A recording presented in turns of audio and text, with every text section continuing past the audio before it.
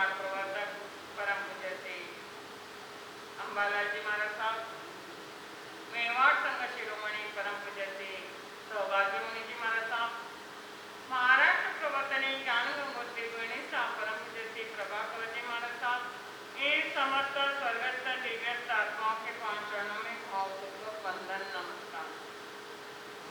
मेरे आस्था व्यायाम गुरुवरिया महाराष्ट्र प्रवर्तनी परम पूज्य श्री प्रतिभा जी महाराज साहब, परम उपकारी वर्धमान जी तपोनिधि परम पूज्य श्री महाराज साहब के चरणों में कोटि सा वंदन। अनुरागी बंधुओं एवं सुशीलवती माताओं तथा बहनों,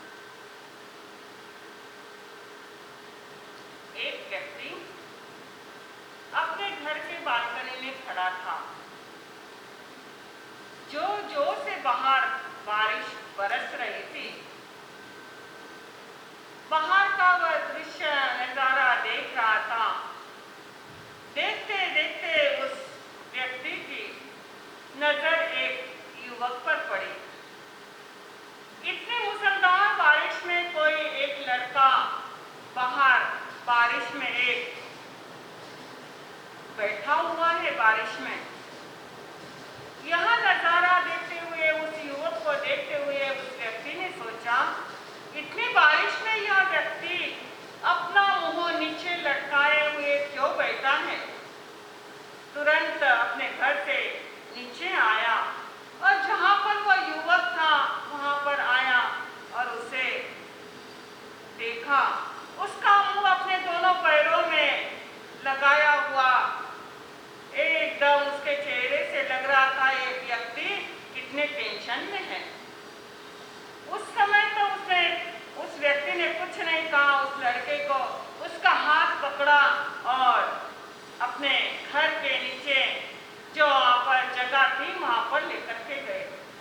बारिश में कैसे बात करना, वहाँ लेकर के गए और उससे पूछा, क्या हुआ भैया तुम्हें, क्यों ऐसे बारिश में तुम इतने नर्वस होकर के बैठे हो, क्या तुम्हें अपने जीवन की कुछ परवाह नहीं है, क्या हो गया है तुम्हें।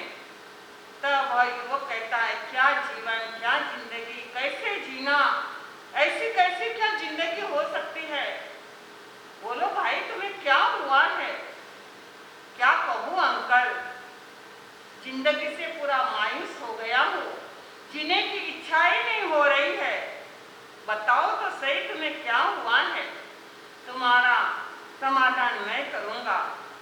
तब उस युवक ने सोचा, भला आदमी दिखता है, अच्छा व्यक्ति दिखता है। तब उसने अपने मन की बात कही कि हम घर में दो भाई हैं और बड़ा भाई मेरा जन्म से अपाहिज है। मेरे पिताजी का नौकरी थी और पिताजी ने क्या किया है कि मैं जब से छोटा था तब से मैंने पढ़ा है, लिखा है, सीखा है और अभी मैं अपना व्यापार करता हूँ। पिताजी ने क्या किया है, थोड़े दिन पहले जो हमारे घर में संपत्ति थी, 25-30 लाख की संपत्ति थी, वह और घर अपने बड़े भाई के नाम से कर दिया है। क्या कहा कि जो घर में संपत्ति है 25-30 लाख की, वह और घर जो है मेरे बड़े भाई के नाम से कर दिया है। जबकि वह क्या है, अपाहिज है, वह कुछ कर नहीं सकता है। पूरी जिम्मेदारी, घर की जिम्मेदारी मेरे ऊपर है और मेरे नाम से कुछ नहीं किया और जो कुछ नहीं करता है जन्म से, उसके नाम पर कर दिया। अब सारी बात क्या हो गई, उस व्यक्ति को समझ में आ गई कि माजरा क्या है। ठीक है, तब अंकल ने कहा, भैया तेरे साथ में तो बड़ा अन्याय हुआ है, बड़ा अन्याय हुआ है। इसने लगा कुछ तो बात है। तब उस अंकल ने उस युवक को पूछा, क्या भैया तेरे पास में जो है, आंखें है, कान है, नाक है, शरीर है, हाथ है, पैर है, वह सब क्या करो,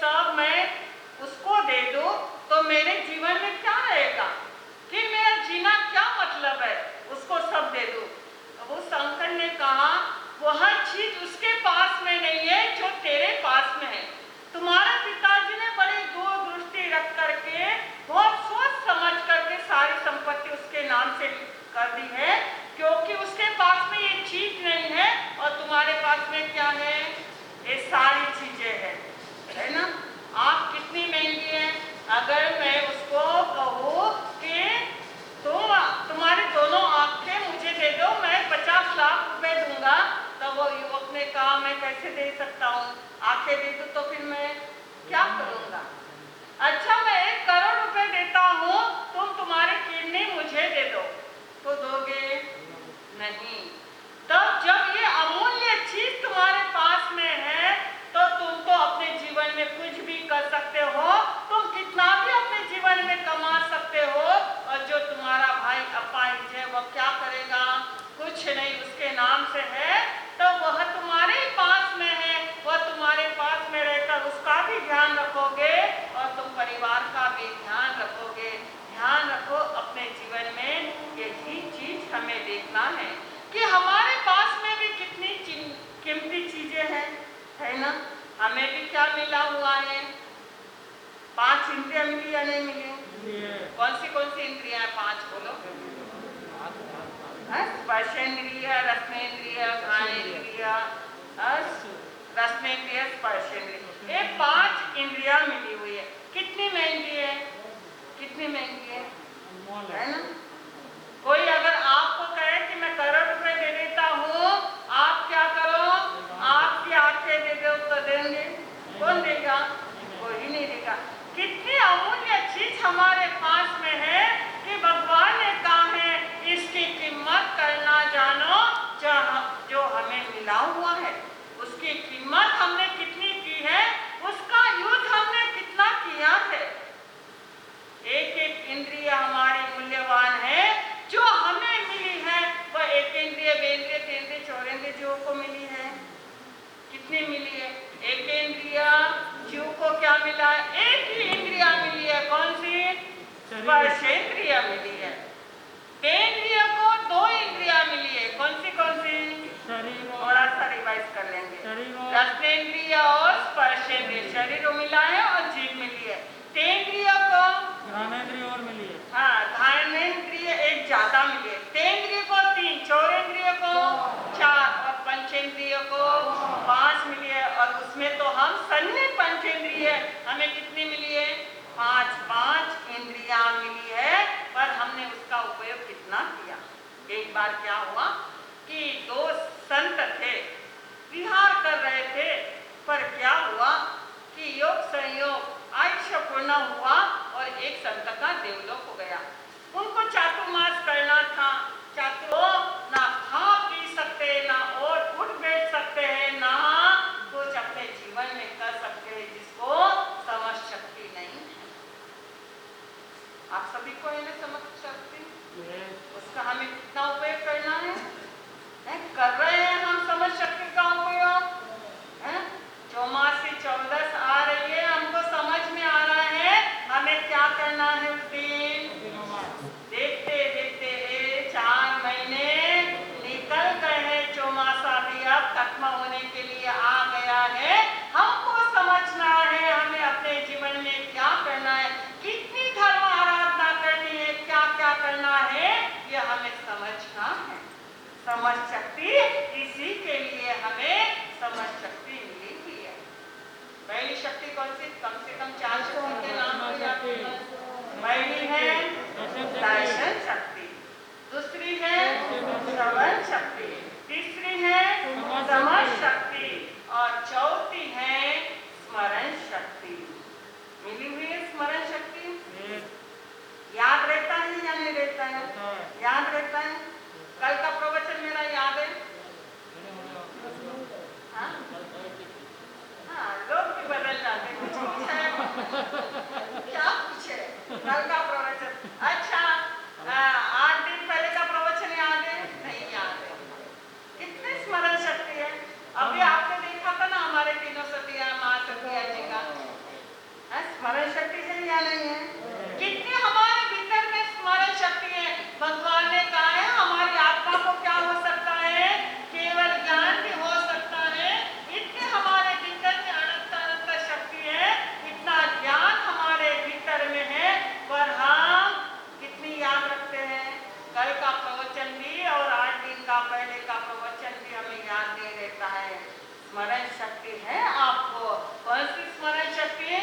कि हमारे घर में शादी हुई थी तो अमुक व्यक्ति घर पर नहीं आया था, शादी में नहीं आया, है या नहीं? स्मरण शक्ति है ना? वो बात कैसे याद रहती है? वो कैसे बात याद रह गई कि हमारे अमुक व्यक्ति शादी में नहीं आया था, मुझे भी उसके घर पर शादी में नहीं जाना है।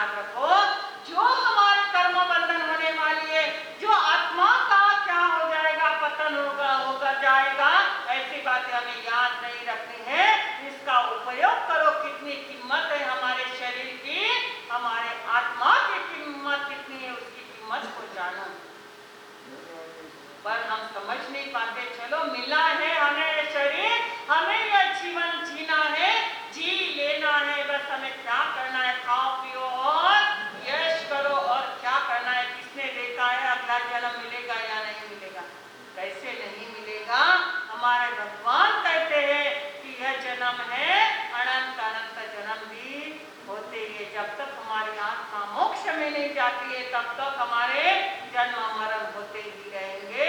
पर ध्यान रखो, यह इतना सुंदर जीवन हमें मिला हुआ है, मनुष्य जीवन यह हमें मिला हुआ है, तो उसका हमें उपयोग करना है और सही सही उपयोग करना है। इन 4 बातों को याद रखना, नहीं तो भगवती सूत्र सुनना है, आपको भी सुनना है भगवती सूत्र, पर ऐसे तो नहीं सुनना है ना, एक इंद्रिय वेंद्रिय तेंद्रिय चौरेंद्रिय क्या है, वह ऐसे नहीं करना है। आप लोग तो ऐसे नहीं हो। यहाँ गोरेगांव के सारे लोग, बॉम्बे के लोग बड़े ज्ञानी है, बड़े धर्मात्मा है। हम देख रहे हैं 4 महीने से सभी को कोई ना कोई बात तो समझ में आ जाती है। इन बातों को हमें जीवन में ध्यान रखना है। पहली शक्ति कौन सी है?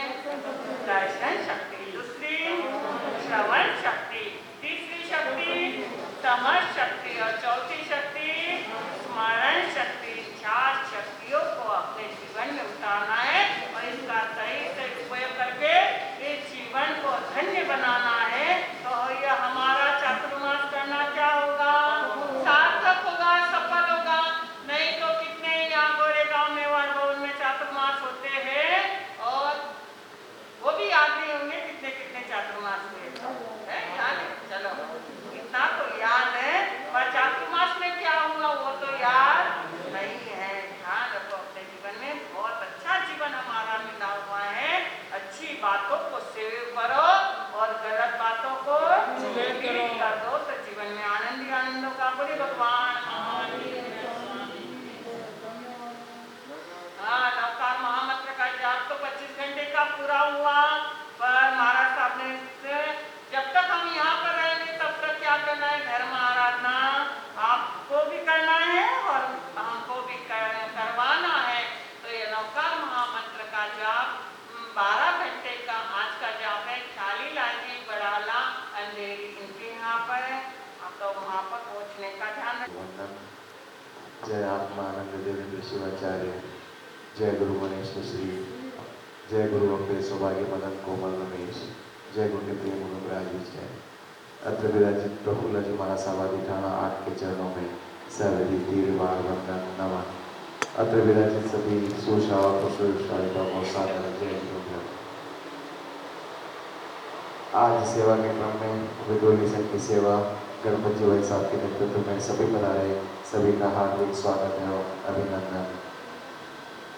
जैसा कि आप सभी को विदित है, चातुर्मास के अंतिम 2-3 दिन बाकी हैं।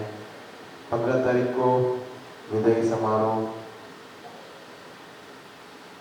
का कार्यक्रम रखा गया है। वीर लोकाशाह जयंती रखी गई है और जो भी वारियों की कूपन है उनका लकी ड्रॉ रखा गया है। उसके बाद जो कलश चल रहे हैं अपने अखंड श्रृंखलाबद्ध जाप के 25 घंटों के निरंतर, अभी भी वो गतिमान है। उनकी पूर्णाहुति हो चुकी है, समापन हो चुका है, परंतु अभी भी वो कलश 2-3 जगह चल रहे हैं। उसकी भी बोली 15 तारीख को लगाई जाएगी, जिसकी संघ की बोली 1,08,000 रुपये प्रति कलश रखी गई है। उसमें नमस्कार मंत्र की तस्वीर भी साथ में है। आप सभी ज़्यादा से ज़्यादा सहयोग लेने की कोशिश करें। 15 तारीख को सभी ज़्यादा से ज़्यादा संख्या में पधारें। अंतिम दिवस बाला साहब का विदाई का 1 दिन पहले का दिवस। सभी को पुनः पुनः धन्यवाद। आप सभी पधारे। मेवाड़ संघ मुंबई पुनः आपका हार्दिक स्वागत करता है। आप सभी भोजन लेकर पधारें और मेवाड़ संघ को अतिथि सेवा का मौका प्रदान करें। कोटि कोटि वंदन। गुरु अम्बे सौभाग्य मदन कोमल के चरणों में कोटि कोटि वंदन करते हुए यहाँ पर विराजित टाइप माता का चरणों में कोटि कोटि वंदन। चातुर्मास पूर्ण संपन्नता की ओर बढ़ रहा है। 4 महीने का चातुर्मास का काल हमारे व्यवहार भवन में काफी अच्छा रहा, धर्म ज्ञान से परिपूर्ण रहा।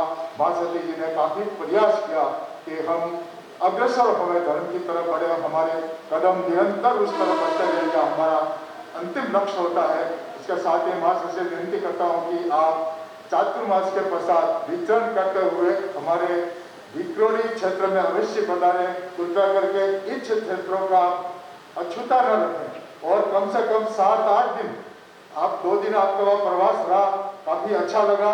लेकिन आपको 7-8 दिन का समय निकाल करके आप भितरणी पधारे और हमें सेवा करने का अवश्य लाभ प्रदान करें। जय हिंद।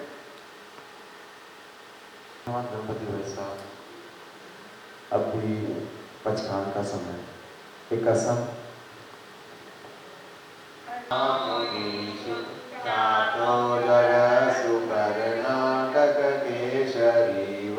प्राप्तं तु गौरवपदं श्रितभो विभूति पूज्यं गणेश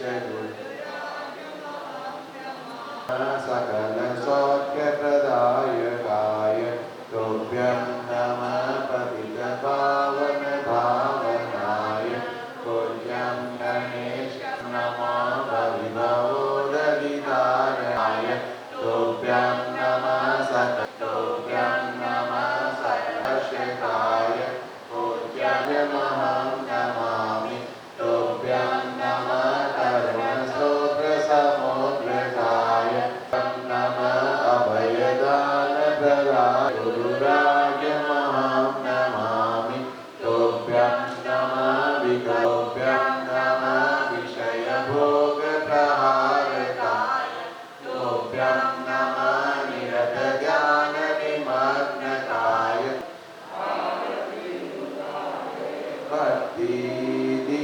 भक्तिदीपधरे जनक किशोरी के सुत पर त्रिभुवन आज निछावर अम्बा गुरुवर मंगल मूरत समता साधक मुनिवर मौक्तिक शिष्य संत गुणवंत सब जन धन धन शब्द वदंत आरती उतारे भक्ति दीप धरे फतेह नगर की पुण्य धरा पर पावन धाम महान है स्वर्ग सिधारे जहाँ पर लाखों भक्तों के भगवान है सेवा करते सुर नर वृंद मिटते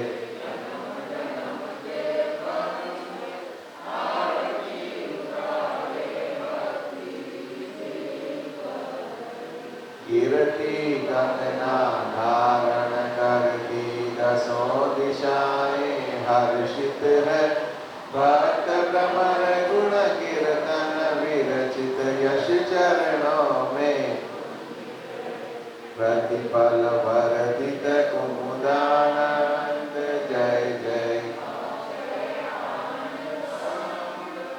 आरती उतारे भक्ति दीप धरे जय जय जिन शासन का चंद जय जय प्यारा देकानंद आरती उतारे भक्ति दीप धरे आरती उतारे भक्ति दीप धरे ओम सौभाग्य गुरुवे नमो नमः जय जय गुरुवर नमो नमः मेवाड़ रत्ने नमो नमः महामंत्रिणे नमो नमः महामंत्रिणे नमो नमः।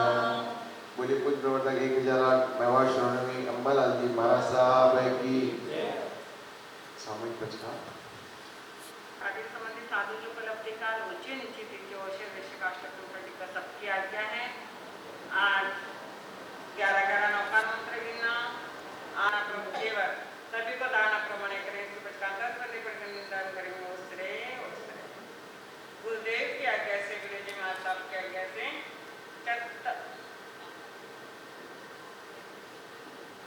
चत्तारि मंगलम अर्यंता मंगलम सिद्धा मंगलम साहु मंगलम केवली पणतो धम मंगलम चत्तारि लोकत्मा अर्यंता लोकत्मा सिद्धा लोकत्मा साहु लोकत्मा केवली पणतो धम लोकत्मा चत्तारि शरणं भवजामि अर्यंता शरणं भवजामि सिद्धा शरणं भवजामि साहु शरणं भवजामि केवली पणतो धमो शरणं भवजामि अर्यंत जी का शरणा सिद्ध जी का शरणा साधु जी का शरणा केवली परोपी दया दम का शरणा चार शरण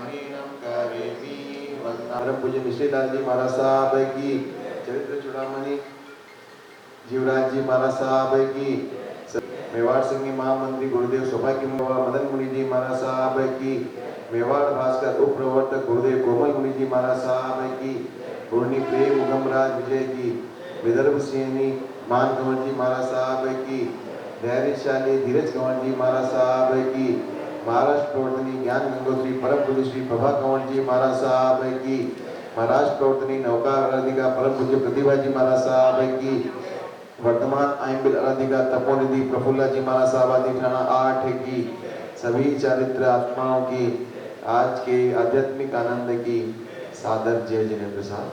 सभी भोजन लेकर बढ़ा है।